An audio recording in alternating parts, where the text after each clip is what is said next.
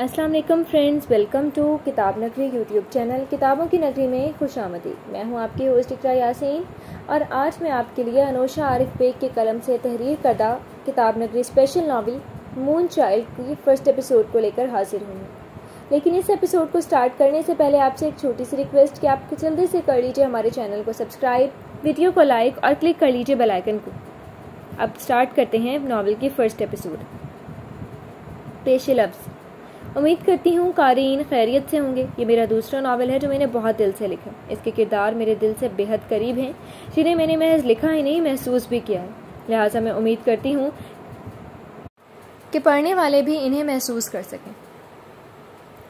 Moon child से मुराद वो लोग हैं जो अपनी महरूमियों को कबूल करके अंधेरों में रहना सीख गए, खुद अंधेरे में रहकर दूसरों के लिए रोशनी बने, चांद की रोशनी। उन तमाम लोगों के नाम जो दूसरों के लिए चांद की रोशनी की हैसियत रखते हैं। पहला बाब, प्रोलोग। वह गहरे सन्नाटे में डूबी जगह थी जहाँ मध्यम से रोशनी थी। इस सन्नाटे में ताश पैदा करने वाली वो जैसे कोई रोशनी थी जो कानों पर हाथ रखकर भागते हुए तेज आवाज़ में मुसलसल एक ही जुमला दोहरा रही थी। उसे अंधाधुंध भागता देखकर यूं गुमान होता था जैसे कोई उसके पीछे उसे पकड़ने भाग रहा हो। चले जाए यहाँ से, मुझे नहीं मिलना आपसे, वो चिल्लाते हुए भाग रही थी। रुक जाओ खुदारा, एक बार तो मेरी बात सुन लो। उसके पीछे किसी शख्स की आवाज़ थी जिसे वो पहचानती थी। नहीं, मुझे कुछ नहीं सुनना, चले जाएं यहाँ से, वो फिर चिल्लाई।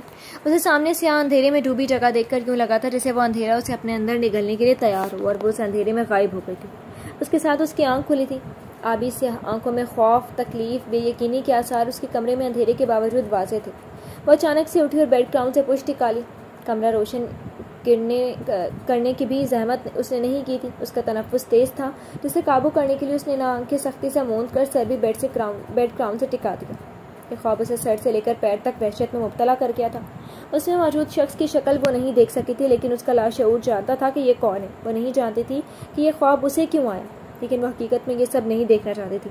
वो गहरी सांस लेकर खुद को पुरसकून करने लगी। अल्लाह, ये क्या था? दिल में अपने रब को पुकारा था जो सबकी सुनता भी है और जवाब भी देता है। सिर्फ एक ख्वाब था और कुछ नहीं, दिल में कहकर वो इस बारे में ना सोचने और फिर से सोने की कोशिश करने लगी। लेकिन नींद तो अब कोसों दूर थी। ये नावल आप किताब नगरी यूट्यूब चैनल पर पढ़ और सुन रहे हैं।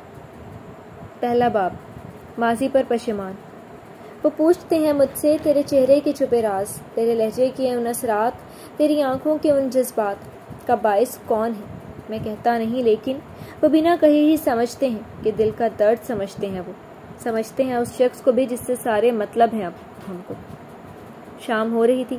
सूरज की सुनहरी रोशनी अब जामनी रंग में तब्दील हो गई थी। बरतानिया के शहर लंदन के ज़िला वस्ती लंदन के इलाके कैनिस्टिगन में वो शानदार तामीराती तर्ज पर मबनी इमारत वाक़ई थी जो बाहर से पूरे शीशे की बनी हुई थी। ये बुलंदोबाला इमारत तकरीबन 60 से ज़ायद मंजिलों पर मबनी थी, जिसकी हर मंजिल पर मुख्तलिफ कंपनियों के दफातर, कैफ़ेज़, शॉपिंग एरियाज़ वगैरह मौजूद थे। 25वीं मंजिल पर वाक़ लॉ फर्म के एक दरमियाने साइज़ के ऑफिस रूम में वो ऑफिस चेयर पर चेहरे पर संजीदा और पेशा वराना तासुरात लिए बराजमान थी। सामने मेज़ पर लैपटॉप खुला रखा था और मुख्तलिफ फाइलें पड़ी थी। उसके सामने एक सुनहरे बालों वाली अंग्रेज़ लड़की खड़ी थी जिसको वो कुछ ज़रूरी हिदायत दे रही थी। आप कोर्ट में जमा करने के लिए केस की दरख्वास्त तैयार कर लें, हम फ़ौरन लॉ सूट पेश करेंगे। अगर कोई सेटलमेंट ना हो सके तो ओके मैम। वो पैरालीगल टीम का हिस्सा लड़के उसके हुक्म की तामील करने से वहाँ से सर हिलाकर चले गए। वो ऑफिस उस पूरी लॉ फॉर्म के मरून रंग के इंटीरियर से मेल खाता था। डार्क अकेडेमिया का मंजर पेश करते उस ऑफिस रूम की नफासत उसके मालिक के ज़ौक़ की अक्कासी करता था। उस लड़की के जाते ही मेज़ पर रखा उसका फ़ोन बजा। उसने फ़ोन की स्क्रीन पर अनजाना नंबर देकर कुछ तवक्कुफ़ के बाद कॉल उठा ली। हेलो। उस फ़ोन कान से लगाया तो दूसरी तरफ से होने वाले तारुफ पर खूबसूरत उसकी आबी स्याह आंखों में कुछ हैरत दर आई। अरे आप सर, कहिए कैसे फ़ोन किया? अब हैरत की जगह आंखों में गहरी चमक उतरी थी। जी ज़रूर, फिर सी यू देयर। फ़ोन के उस पार मौजूद शख्स की बात पर उसने संजीदगी से कहा और फिर कॉल काट कर फ़ोन अपना लैपटॉप और बाकी सामान समेटकर हैंड बैग में डाला और फ़ोन हाथ में लिए ऑफिस से निकल गई। बाहर निकलकर उसकी नज़र बाहर हॉल में लगी घड़ी पर पड़ी जो उस वक्त 6:30 बजा रही थी। उसका मतलब ऑफिस टाइम का भी इख्तिताम हो ही गया था। लेकिन उस वक्त एक शख्स था जिसका उसे पता था कि वो अभी भी अपने ऑफिस से निकलने वाला न था, और उस शख्स के सवालात से बचने के लिए वो रिसेप्शन पर बैठी लड़की को ये कहकर कि वो उसके जाने का उस शख्स को बता दे लिफ्ट के अंदर बढ़ गई। कुछ मिनटों बाद वो पार्किंग एरिया में खड़ी अपनी गाड़ी का दरवाज़ा खोलकर अपने बैग को फ्रंट सीट पर डालकर ड्राइविंग सीट संभाल चुकी थी। ये नावल आप किताब नगरी यूट्यूब चैनल पर पढ़ और सुन रहे हैं। पाकिस्तान के सबसे बड़े शहर कराची रात की स्याही फैलती ही रोशनियों में घिर गया था। उस इलियट क्लास इलाके में वाक़ई वो एक महल नुमा घर था जिसे खान विला कहा जाता था। उसके अंदर का मंजर कुछ ऐसा था कि दूसरी मंजिल पर एक कुशादा और शानदार इंटीरियर से मज़ीन कमरे में वो बेड पर बैठा नीचे झुककर पैरों में जूते डाल रहा था जब दरवाजे पर दस्तक हुई और एक बुजुर्ग औरत और तकरीबन उसकी हमउम्र एक लड़का अंदर दाखिल हुआ। वो बगैर देखे भी जानता था कि कौन आया। जा रही हो वापस? वह लड़का उसके पास बेड पर ही आकर बैठ के अपने जूते पैरों में डालकर वह वापस ऊपर हो गया था। हाँ यार, जाना तो है ही, उसने मुस्कुराकर जवाब दिया। हालांकि वह खुद यहाँ से वापस जाने पर कुछ उदास था, लेकिन जाना भी ज़रूरी था। बेटा कुछ दिन और नहीं रुक सकते क्या? उसके तैयारी देकर उन बुजुर्ग बावकार औरत ने इस्तफसार किया तो उसने उनकी तरफ देखकर शौखी से कहा, दादी जान, मैं सिर्फ 1 हफ्ते के लिए आया था पाकिस्तान। इससे ज़्यादा अगर रुका तो मेरे पार्टनर्स मुझे फार्म से निकाल देंगे। हाँ, अभी निकाल रहे हैं, मुझे मालूम है। उन्हीं के इसरार करने पर तुम आ गए, खासकर अपनी कुलीग के कहने पर, वरना हमारे कहने पर तो तुम कहाँ आते। क्यों दादी जान? हाँ भाई, लेकिन शुक्र है किसी के कहने पर तो आया। तो मुझे उस लड़की से कभी मिलवाना ज़रूर। तुम्हारे अंदर मस्बत तब्दीलियाँ देकर मुझे बेहद खुशी हुई। ये उसी की सोहबत का असर है तुम पर जो मेरे अंदर उससे मिलने का शौक़ पैदा कर रहा है। दादी जान के पुरमुशक्क़त लहजे में कई बात सुनकर वह दिलकशी से मुस्कुराया। ज़रूर मिलवाऊंगा एक दिन आपको उससे मिलकर यकीनन अच्छा लगेगा। अब मेरी फ़्लाइट का टाइम होने वाला है तो मुझे निकलना होगा। वो खड़ा होकर उनके आगे झुका तो उन्होंने अपना दस्ते शफ़क़त उसके सर पर फेर दिया। फिर वो उस लड़के से गले मिला। अब तुम्हारी शादी पर मुलाकात होगी शाहजान, उससे अलग होकर कहा। फिर उन दोनों के साथ बाकी सबसे मिलने के लिए सामान नीचे उतर गया। 1 घंटे बाद उसकी लंदन की फ़्लाइट थी। ये नावल आप किताब नगरी यूट्यूब चैनल पर पढ़ और सुन रहे हैं। ये मंतर बस्ती लंदन के एक नामवर रेस्टोरेंट का था, जहाँ पहली मंजिल पर कदरे कोने में एक मेज़ पर वो अपने सामने वाली कुर्सी पर विराजमान शख्स के काम की बात करने का इंतजार कर रही थी, जिसके लिए उस शख्स ने उसे फ़ोन करके यहाँ बुलाया था। सफ़ेद ब्लाउज़ के ऊपर पेस्टल पिंक रंग का ब्लेज़र और हमरंग हाई वेस्ट फ्लेयर ट्राउज़र में मलबूस, बालों की ऊंची हुई पोनी टेली बनाए और पैरों में ऊंची हील पहने वो सारे रास्ते उस शख्स के फ़ोन कॉल और यहाँ बुलाकर कुछ बात करने के पीछे का मतलब सोचती आई थी। उसे अकेले मिलने आना ख़तरनाक भी हो सकता था, लेकिन उसे रिस्क लेने की आदत थी। कहिए मिस्टर वॉटसन, आपके मुझे यहाँ बुलाकर बात करने की कोई ख़ास वजह? उसके लहजे में संजीदगी पनहा थी। सामने मौजूद शख्स के चेहरे पर उसकी खूबसूरत आबी से आंखें कुछ तलाश कर रही थी। आपके ख्याल में क्या वजह हो सकती है? सामने बैठे बेहतरीन तराश खराश के सूट में मलबूस तकरीबन कोई 35 से 40 साल शख्स ने मानीखेज़ी से कहा, जिस पर उसके खूबसूरत अनाबी होंठ दिलकश मुस्कुराहट में ढले थे, जबकि आंखों में मानीखेज़ तासुर झलकने लगा। वो मेज़ पर आगे की तरफ झुकी और अपनी ठोड़ी के नीचे दोनों हाथों की मुट्ठियां बनाकर रखकर उसकी आंखों में देखते हुए हल्की आवाज़ मगर मुस्तहकम लहजे में गोया हुई, mister एंड्रियो Watson group of companies के वाइस चेयरमैन के अपने मुकाबिल शख्स से इस तरह मिलने का मतलब यकीनन ये है कि उनके पास कोई बड़ी ऑफ़र है। मिस मीर, आप खासी ज़हीन हैं। मिस्टर वॉटसन उसके अंदाजे पर मुतासिर हुए, फिर ज़रा तवक्कुफ़ के बाद अपनी असल बात की तरफ आए। ऑफ़र तो है हमारे पास और अभी बेहद सूदमंद, लेकिन सिर्फ आपके लिए। उनके मानीखेज़ बात पर उसके हवास अलर्ट हुए। दिलचस्पी से उनकी तरफ देखकर बात जारी रखने का इशारा किया। वाकई? उन्होंने सर इस बात में हिलाकर उसे यकीन दिलाना चाहा। अगर इतने शानदार ग्रुप के वाइस चेयरमैन के पास मेरे लिए कोई ऑफ़र है तो यकीनन वह मेरे लिए बेहतरीन होगी। खैर, आप कहिए क्या ऑफ़र कर रहे हैं आप मुझे? उसके मुतासिर नजर आने पर उन्होंने अपने प्लान के मुताबिक उसे उस ऑफ़र के मुताबिक बताया जिस पर वो कभी कुछ बेयकीन सी हुई, जैसे इतनी अच्छी ऑफ़र उसे कभी मिल ही नहीं सकती थी। तो आपके कहने का मतलब ये है कि मैं अपनी फर्म छोड़ दूँ और आपकी कंपनी में लीगल एडवाइज़र का ओहदा संभालूँ? इंटरेस्टिंग। जी हाँ, और वैसे भी आपकी काबिलियत और जहानत देखकर हर कोई आपके साथ काम करना चाहेगा और एक बड़ी और मशहूर कंपनी में शमूलियत आपके करियर को ऊंचाई पर ले जा सकती है। उनके मजबूर कर देने वाले लहजे पर वजह से उसकी बात पर अपना फ़ायदा तलाश करते हुए कहने लगी, आपके ऑफ़र से मैं काफ़ी मुतासिर हुई हूँ, लेकिन मेरी एक शर्त है। उन्होंने सवालिया नज़रों से उसकी तरफ देखा। मेरे काम में कोई मुदाखलत नहीं करेगा। उसकी शर्त पर जैसे उन्हें यकीन आ गया था कि वो उनकी पेशकश कबूल कर लेगी। इसका कोई मसला नहीं। आपको अगर हमारी ऑफ़र कबूल कर रही हैं तो इस कॉन्ट्रैक्ट पर उसी वक्त दस्तखत करते हुए हम इस बात को भी कॉन्ट्रैक्ट, लेकिन इस सब से पहले हमारे ग्रुप की एक शर्त है। उन्होंने फिर दाव खेला। वो जांचती नज़रों से उनकी तरफ देखने लगी। उसका जहन को इशारा दे रहा था। इसी असना में वेटर उनके सामने जूस का ग्लास रखकर जा चुका था। कैसी शर्त? आपको हमारे खिलाफ ये केस ड्रॉप करना होगा। अगर आप हमारी शर्त मानने पर तैयार हैं तो हम अभी इसी वक्त कॉन्ट्रैक्ट एग्रीमेंट कर लेंगे। वो इसी बात पर सोच में पड़ गई थी तो उन्होंने मजीद इसरार किया कि कहीं वो इनकार न करती। सोच लें मिस मीर, इस तरह के केसेस की कोई अहमियत कहाँ होती है। आप अपने मुस्तकबिल का सोचें जो हमारे ग्रुप में शामिल होने के बाद मजीद रोशन होने वाले। मुझे लग रहा है कि आपकी बात सही है। ये केस मुझे कुछ नहीं करने देगा। वैसे भी सबको हक है अपनी बेहतरी का सोचने का, इसलिए मुझे मंजूर है आपकी शर्त। उसकी शर्त मंजूर कर लेने पर वो खुश हुए थे। उन्होंने कॉन्ट्रैक्ट उसके आगे रखा जिसे वो आगे बढ़ने लगी। फिर दस्तखत करने के लिए उनसे पेन लिया और कागज़ पर झुक गई। ये नावल आप किताब नगरी यूट्यूब चैनल पर पढ़ और सुन रहे हैं। उसने रेस्टोरेंट से बाहर आकर गहरी सांस ली और खुद को दाद देने वाले अंदाज से अपनी पोनीटेल में मुकीद बालों को बड़े नाज से झटका और पार्किंग एरिया में खड़ी गाड़ी की तरफ बढ़ गई। अपनी गाड़ी के पास पहुंचकर उसका दरवाजा खोलने के लिए ऑटोमेटिक लॉक ओपनर की मदद के लिए बैग में हाथ डाला ही था कि किसी की मौजूदगी महसूस करके मशकूक नजर से गर्दन मोड़ी। वहां नीम अंधेरे में खड़े शख्स को देखकर उसके माथे पर बल पड़े। उसका चेहरा हल्की रोशनी की वजह से वाज़ेह नहीं था, लेकिन वो उसे पहचानती थी। चेहरे के फखरिया तासुरात अब खौफजदा तासुरात में ढल गए थे। तुम क्या मेरी जासूसी कर रही हो?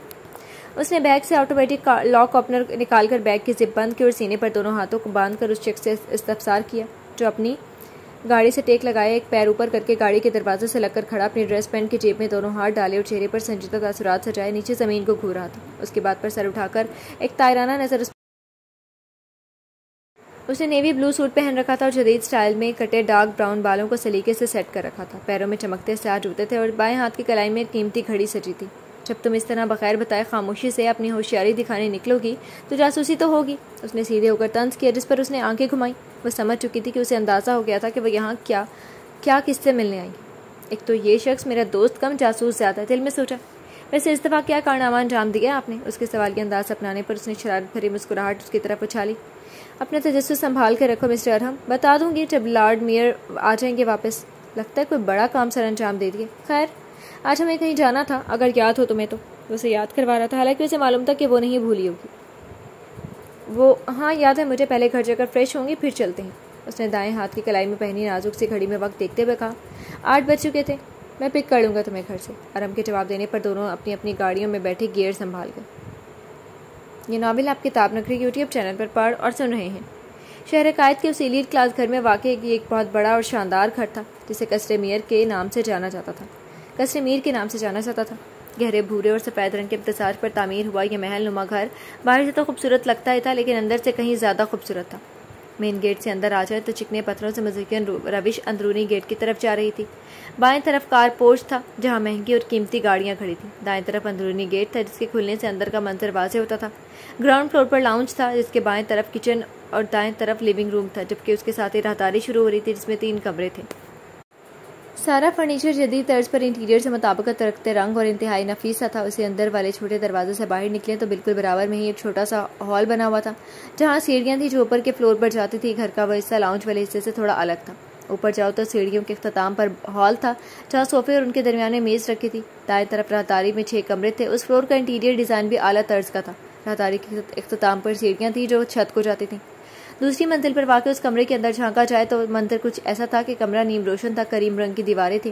दरवाजे के साथ ही कुछ फासले पर बेड था जिसके दोनों अतराफ साइड टेबल रखी थी। उन पर नाइट लैंप रखे थे, सामने सोफे पर रखे थे और उनके दरमियान एक सेंट्रल टेबल थी जिसके दाएं तरफ बड़ी सी खिड़की थी। दीवारों के हमरंग पर्दे लगे थे। कमरे में एक तरफ राहदारी थी जिसमें ड्रेसिंग रूम था और उसके सामने बाथरूम था। खिड़की की तरफ रखे सोफे पर तकरीबन 50 साल शख्स अपने चेहरे पर सोच और शिकन ज़दा तासुरात सजाए बैठे थे। ऐनक लगी आंखों से वो खिड़की से नीचे लॉन की तरफ देख रहे थे, लेकिन जहन कहीं और गायब था। सामने मेज पर एक फाइल खुली रखी थी। शाहजमान। कोई उनके सामने सोफे पर आ बैठा और उन्हें उस तरह देखकर मुखातिब किया। शाहजमान। जवाब ना मिलने पर उस आवाज़ के मालिक शख्सियत ने जब दोबारा कदरे ऊंची आवाज़ में मुखातिब किया तो वो अपनी सोचों के महवर से बाहर आए। सामने फिजा को बैठे देखा जिनकी आंखों में तफक्कुर था। हाँ, कहाँ गुम हैं आप? काफ़ी देर से उसी तरह बैठे हैं। कुछ नहीं, बस ऐसे ही। ऐनक उतार कर मेज़ पर रखी उंगलियों के पूरों से थके हुए अंदाज में कनपट्टी मसली। फिजा उनकी परेशानी भांप गई थी। क्या बात है शाहजमान, काफ़ी अरसे से देख रही हूँ आप बहुत चुप रहने लग गए हैं। मुझे बताएं क्या बात आपको परेशान कर रही है? मीर ख़ानदान का बिजनेस की दुनिया में एक बड़ा नाम था। मीर ज़मान के 3 बेटे थे, मीर शाहनवाज, मीर अनवार और मीर शाहजमान, जो मीर ग्रुप ऑफ इंडस्ट्रीज़ को मिलकर संभालते थे। मीर शाहनवाज सबसे बड़े थे, इसीलिए मीर ज़मान की वफ़ात के बाद से उस पूरे घराने में बुनियादी तौर पर उन्हीं का हुक्म चलता था। मीर शाहजमान सबसे छोटे थे, लेकिन कारोबार में तीनों की अपनी अपनी हैसियत थी। उनके तफक्कुर से कहने पर उन्हें समझ नहीं आया कि अपने अंदर के एहसासात किस तरह बयान करें। वे एहसासात जो उन्हें सांस ठीक से लेने नहीं देते थे, हर पल बेचैन रखते थे, लेकिन वो उनकी शरीके हयात थी। उनकी हर अनकही बात भी समझ जाती थी। इस दफ़ा भी सही अंदाज़ा लगा बैठी। इसके बारे में सोच रही हैं?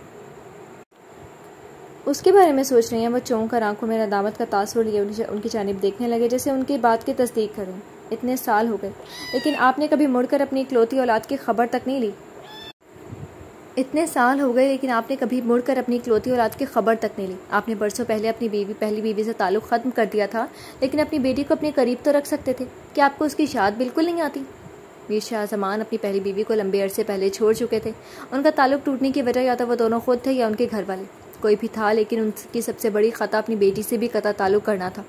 इसी बात की नदामत उनके दिल की गहराइयों में बेबस थी। फिज़ा उनकी दूसरी बीवी थी। वो उन्हें अपने माजी के बारे में सब बता चुके थे, लेकिन उन्होंने कभी इस वजह से उन्हें तंज का निशाना नहीं बनाया। वो फितरी तौर पर एक अच्छी और खरी औरत थी, जो एक अच्छी हमसफ़र भी साबित हुई। उनके खुद कोई औलाद नहीं थे, फिर भी वो औलाद का गम अच्छी तरह समझती थी। इसी बात का तो गम है कि मैंने क्यों सिर्फ लोगों के कहने पर खुद से दूर कर दिया। ये भी नहीं सोचा कि बाप के होते हुए भी वो इसके साए से महरूम हो जाएगी। लेकिन आज जब मैं उसके बारे में सोचता हूँ तो ऐसा एहसास नदामत दिल में जागता है जो मुझे खुद से नजरें नहीं मिला पाता, उसे जानने और ढूंढने नहीं देता। उनकी टूटे लहजे को वो बखूबी महसूस कर सकती थी।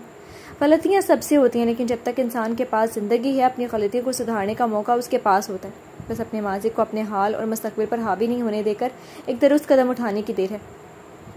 वो नरमी से समझा रही थी, जब किसी के कदम उनके कमरे की तरफ आते हुए उनकी बातें सुनकर दरवाजे के बाहर रुक गए। आप जो गुजर गया उस पर अफसोस करने के बजाय उसको ढूंढें और बाप की मौजूदगी का एहसास दिलाएं। शाह ज़मान ने उनकी तरफ आसूदगी से देखकर सरस बात में हिलाया। चाची बिल्कुल सही कह रही हैं चाचू। किसी की आवाज़ पर उन दोनों ने चौंक कर दरवाजे की तरफ देखा, जहाँ वो प्यारी सी लड़की चेहरे पर हल्की सी मुस्कान सजाए खड़ी थी।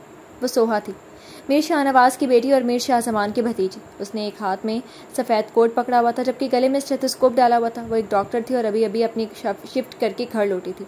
अरे सोहा, तुम कब आई? फिज़ा ने उसे दरियाफ्त किया, जो बेतकल्लुफ़ी से उनके बराबर में आ बैठी थी। बस अभी आई हूँ चाची। चाचू की वापसी का पता चला तो उनसे मिलने आ गई, लेकिन आपकी बात सुनकर मुझसे रुका नहीं गया। उसका इशारा उनकी बात के दरमियान में बोलने की तरफ था। उन्होंने उसकी तरफ कोई बात नहीं वाली मुस्कुराहट उछाली। वो मीर शाह ज़मान वाली मुस्कुराहट से बहुत करीब और बेतकल्लुफ़ थी और उनकी बेटियों जैसी थी।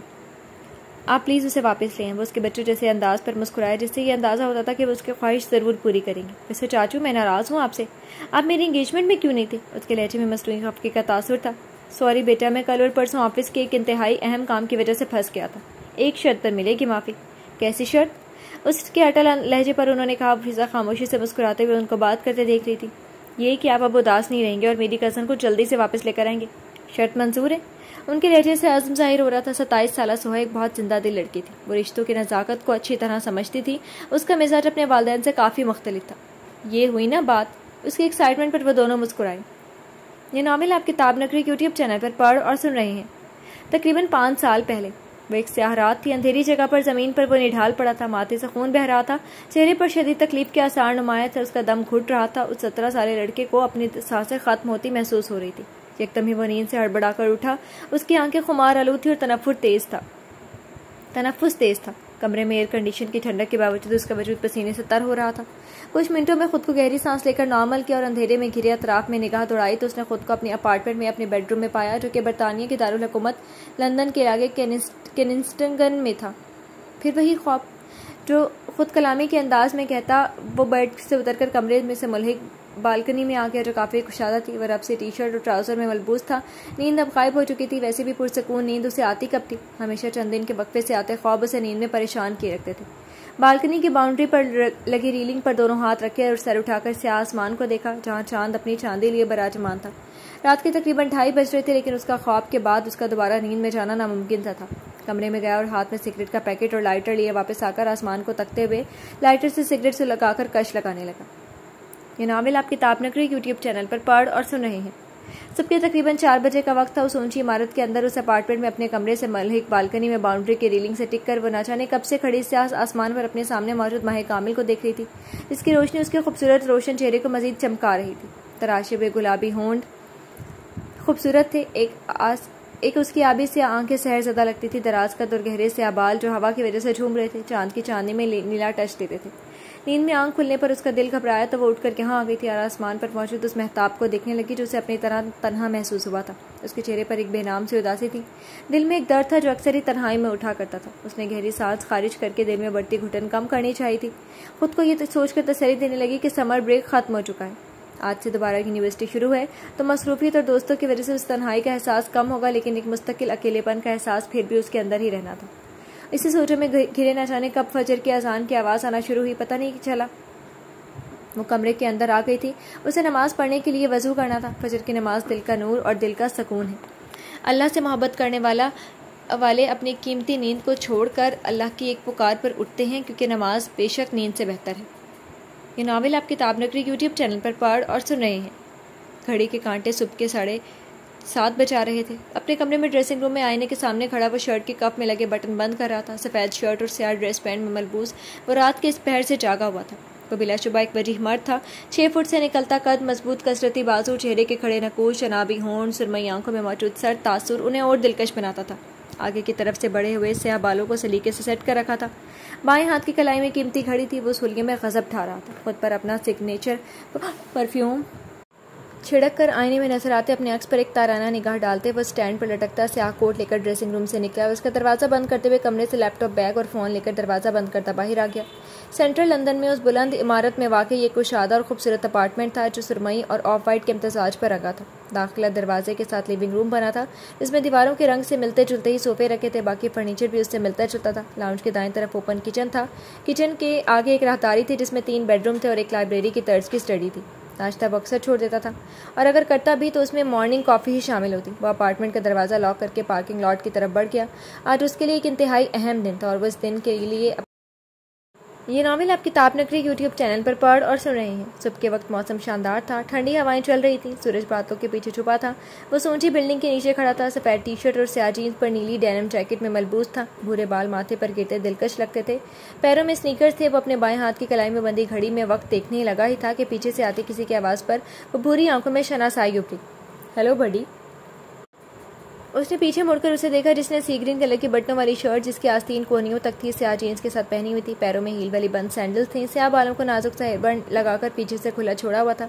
एक हाथ की कलाई पर नाजुक सा ब्रेसलेट था जिसके वस्त में बेशकीमत नगीना चांद की शक्ल में जुड़ा हुआ था। वो फ्रेश से चहकती उसके करीब आ गई थी।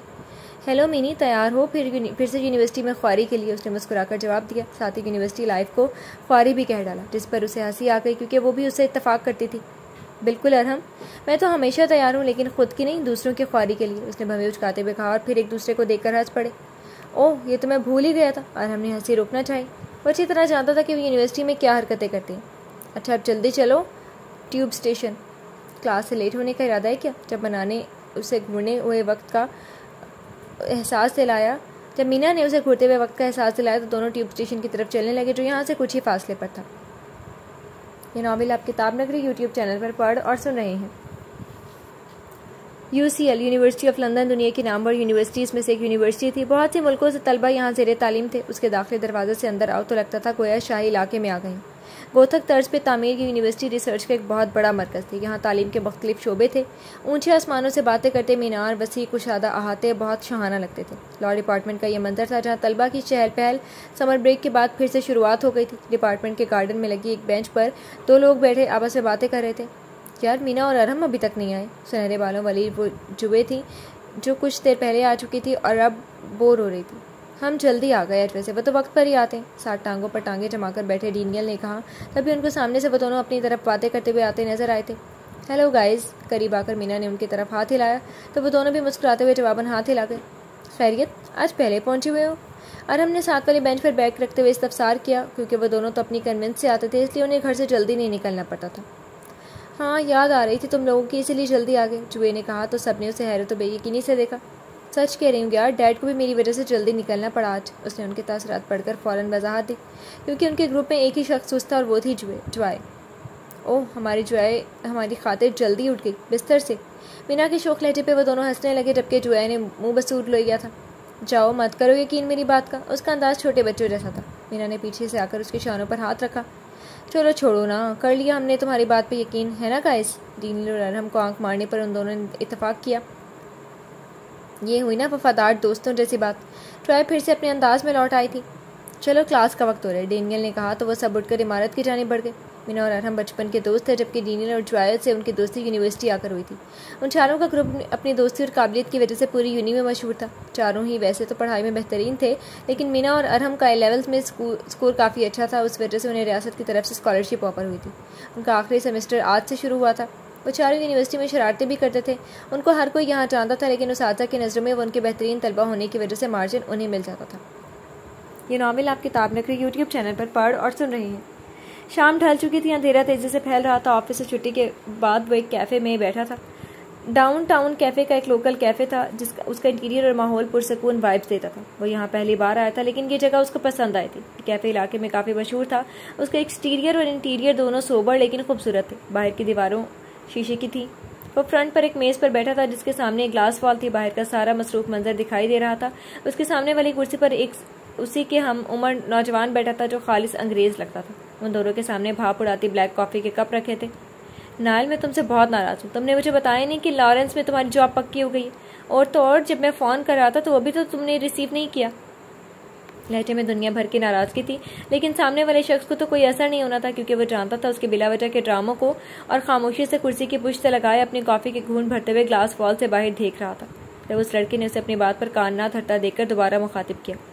नायल, मैं तुमसे बात कर रहा हूँ और तुम मुझे नज़रअंदाज कर रही हो। इस बार वो झुंझलाते हुए उसकी तरफ बतवजह हुआ।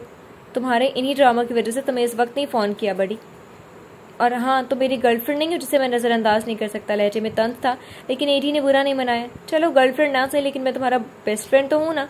इस बार लहजा दोस्ताना था जिस पर उसने सही बात बताई। एडी अपने दोस्त के खामोश मिजाज से अच्छी तरह वाकिफ था, तभी उसे इस तरह तंग करके बात करने पर मजबूर करता था। यार मैं क्या करता, फ़ोन तुम्हें यह खबर देने के लिए किया, लेकिन आज ही एक नया केस मिल गया जिस पर फौरी काम शुरू करना है। बस इसी केस को स्टडी करने की वजह से वक्त नहीं मिल सका और फिर हमें इधर मिलना ही था। उसने LLB करने के बाद LPC के साथ लॉरेंस फर्म में ट्रेनिंग कॉन्ट्रैक्ट हासिल कर लिया था। कुछ दिनों पहले LPC ख़त्म होने के बाद आज ट्रेनिंग कॉन्ट्रैक्ट का भी ख़त्म हो गया था। बेहतरीन कारकर्दगी के बायस आज से वो यहाँ बाकायदा जॉब का आगाज़ कर चुका था और एक अहम केस उस पर भरोसा करके फर्म की तरफ से उसके हवाले कर दिया गया था। कोई बात नहीं यार, ये बताओ अब इस खुशी में डिनर कब करवा रहे हो? जब तुम कहो। वाह, उसकी फराख दिली पर कहने लगा। एटीट्यूड। एडवर्ड उसका सबसे करीबी दोस्त था जिसे वो उसकी सबकी तरह एडी कहते थे। नायल एक सोशल पर्सन था। उसने दोस्त बनाए थे लेकिन सबकी हद मुकर्रर कर रखी थी। वो ज़्यादातर फॉर्मल ही रहता था सिवाय एडवर्ड के। वो दोनों साथ ही बड़े हुए थे। एडवर्ड उफ एडी उसका एक ऐसा दोस्त था जो उसका ध्यान अपनी बातों या कामों से हटाए रखता था। उसके वालिदैन भी नायल को अच्छी तरह जानते थे। ये नावल आप किताब नकरी यूट्यूब चैनल पर पढ़ और सुन रहे हैं। मौजूदा वक्त में ये सितंबर का महीना था। ख़िज़ां का मौसम। आज हफ्ते की रात होने के बायस लंदन की उस मशहूर फूड स्ट्रीट में अच्छा खासा हजूम था। उस फूड स्ट्रीट में वाक़ई वो एक नामवर रेस्टोरेंट था। ये एक 2 मंजिला रेस्टोरेंट था जिसका बैरूनी हिस्सा शीशे का बना हुआ था और इंटीरियर सोबर लेकिन खूबसूरत था। यहाँ पर भी रश था। सारी टेबलें पहले से बुक थीं। ग्राउंड फ्लोर पर अंदर की तरफ ग्लास वॉल के साथ बड़ी मेज़ पर 2 लोग अपने सामने बैठे किसी के इंतजार में लग रहे थे। साथ ही उनकी अपनी बातें भी जारी थी। फाइनली आज वक्त मिल ही गया हमें मिलने का। यूनिवर्सिटी के बाद तो सब जैसे गायब ही हो गए थे। सुनहरे बालों और अंग्रेज़ नकूश वाली लड़की ने लहजे में खुशी का तासुर लिए कहा तो सामने हल्के भूरे बाल और अंग्रेज़ नकूश वाले लड़के ने उसकी बात को जैसे मजाक में उड़ाया। हाँ, जैसे फ़ोन पर तो बात होती नहीं थी, फिजिकली मिलने की बात और है। उसको देखकर उस लड़की ने आंखें घुमाई और कुर्सी की पुश्त अपनी पुश्त टिका ली। वो लड़का भी आरामदेह अंदाज में कुर्सी से पुश्त टिकाकर बैठा था। इतने में रेस्टोरेंट का आखिरी दरवाज़ा खुला और उन दोनों की नज़रें एकदम अंदर दाखिल होने वाली 2 शख्सियात पर आ रुकी जो आंखों में शनासाई के रंग लिए बाबा कार चाल चलते उनके करीब आ रहे थे। हेलो फ्रेंड्स, आबी से आंखों वाली लड़की और भूरी आंखों वाले लड़के ने एक साथ मुस्कुराते लहजे में कहा और उन दोनों से गले मिलने लगे जो अपनी जगह से उठ गए थे। हाय गाइस, इतने वक्त बाद तुम लोगों से मिलकर अच्छा लग रहा है। सुनहरे बालों वाली लड़की चहकी जिस पर वो दोनों मुस्कुराए। सही कह रही हो जॉय, वक्त ही नहीं मिल सका कि एक साथ बैठा जाए। और हमने कहा जिससे वहाँ मौजूद उन चारों ने इत्तेफाक किया। वो सफ़ेद रंग की गोल गले वाली शर्ट के ऊपर नीला ब्लेजर पहने और नीली ही पैंट में मलबूस सा बालों को सलीके से सेट किया हुआ था। बाएं हाथ की कलाई पर वही घड़ी थी। पैरों में आरामदेह जूते डाल रखे थे। वो चारों यूनिवर्सिटी के ज़माने के दोस्त थे। तुम बताओ मीना, क्या हाल है? डैनियल ने खामोशी से बैठी मीना को मुखातिब किया। वह टखनों से कुछ ऊपर आती पीच रंग की एयरलाइन फ्रॉक में मलबूस थी जिसकी आस्तीन हथेलियों तक थी। अपने गहरे से आबाल जो आगे से हल्के बैंग्स में कटे हुए थे उन्हें 2 हिस्सों में किया हुआ था और कमरे से कुछ ऊपर आते बालों को पुश्त पर आज़ाद छोड़ रखा था। उनमें नाजुक और खूबसूरत से बालपिन लगी थी। कानों में उसी बालपिन से मिलते जुलते एक आंच के आवेज़े। पैरों में ऊंची और बारीक हील। हमेशा की तरह नेचुरल लुक वाला मेकअप अब उसकी शख्सियत पर जच रहा था। वो उसे देखते हुए अपनी कुर्सी पर पीछे को होकर बैठा। अरहम और जुआई भी उसकी तरफ देखने लगे जो कुर्सी की पुश्त पर अपनी पुश्त टिकाकर गोया हुई। हाल तो बदलते रहते हैं और इन हालात में हम भी। एक बात बताओ, तुम कब से बदल गई? अरहम की बात में मजाक शामिल था। डैनियल और जुआई चौंके। क्यों, ये अब भी वैसे ही लोगों की गेम में घुसकर उन्हें सबक सिखाती है? जुआई की हैरत इस रफ्तार पर अरहम ने मीना को छेड़ने वाले अंदाज में कहा। और नहीं तो क्या, बल्कि अब तो और किसी की नहीं चल देती अपने सामने। मीना ने उसे घूरा। अब इसमें मेरा कोई कसूर नहीं। कुछ लोगों की हरकतें ही ऐसी होती है कि उन्हीं की गेम में घुसकर बताना पड़ता है कि गेम खेला कैसे जाता है। उससे वो तीनों इत्तेफाक करते थे। वैसे यार मुझे खुशी है, तुम लोगों ने जल्द ही अपनी फर्म स्टार्ट कर ली, यानी किसी के अंडर में काम नहीं करना पड़ा, वरना मैं तो तंग आ जाता हूँ अपने बाप के हकामात सुन सुनकर। बेटे को ऑर्डर लिखवाने के बाद डीनियल ने बेचारगी से कहा, जिस पर वो तीनों हंस पड़े। मैं नहीं मान सकती की बात, मीना ने हंसते हुए कहा। तो जुआई ने उससे इत्तफाक किया। बल्कि वही तो तुमसे तंग आ जाते होंगे, वो उन लोगों का मुंह बना देखकर कह रहा था जो उसे जानते थे। वो इस वजह से उनकी बात का यकीन भी नहीं कर रहे थे। तुम लोगों को ये मजाक लग रहा है? अरे नहीं नहीं यार, कोई बात नहीं, होता है ऐसा जब आप किसी के मातहत काम कर रहे होते हैं। उसके जरा गुस्से से कहने पर अरहम ने हंसी रोकते हुए जल्दी से उसके साथ हमदर्दी की। कुछ देर में वेटर जमीन मेज पर खाना रख गया था। वो चारों बातें जारी रखते हुए उस लजीज से खाने के साथ इंसाफ करने लगे। ये नावल आप किताब नगरी के यूट्यूब चैनल पर पढ़ और सुन रहे हैं। ये मंजर लंदन के हेथरो एयरपोर्ट का था, जहां आने और जाने वालों लोगों की गहमा गहमी थी। अंदर खड़ा कोई अपने प्यारों को छोड़ने आ रहा था तो कोई लेने। कराची से लंदन आने वाली ब्रिटिश एयरलाइंस की परवाज़ लैंड कर चुकी थी और अब मुसाफिरों की एक तादाद बाहर आ रही थी, जिनमें वो भी शामिल था। वो जब गया था तो सालों की बेचैनी उसकी थी, लेकिन वापसी उसकी एक इत्मीनान दिल के साथ हुई थी। ये सब एक ख़ास शख्स की उसकी ज़िंदगी में मौजूदगी की वजह से हो पाया था। वो लंबे ट्रेंच कोट और जीन्स में मलबूस था, पैरों में स्नीकर्स थे और सुरमई आंखें स्याह ब्रांडेड शेड में ढकी थी। बाल माथे पर गिर रहे थे। अपनी तमाम तर वजाहत के साथ वो अपना सामान पकड़े उस रोशनी से चकमकाते एयरपोर्ट से बाहर आया था, जहां रात काफ़ी अंधेरी मालूम हो रही थी। अगर स्ट्रीट लाइट्स ना हो तो सामने अपना ड्राइवर खड़ा नजर आया तो वो गाड़ी की तरफ आ गया। ड्राइवर ने उसका सामान गाड़ी में रखा। वो पीछे का दरवाज़ा खोलकर बैठ गया। ड्राइवर ने भी ड्राइविंग सीट संभालकर गाड़ी आगे बढ़ा दी। जी तो फ्रेंड्स, कैसे लगे आपको आज के एपिसोड? कमेंट सेक्शन में ज़रूर बताइएगा। फिर हाजिर होंगे नॉवल के नेक्स्ट एपिसोड के साथ। तब तक के लिए इजाज़त दीजिए। शुक्रिया। अल्लाह हाफिज़।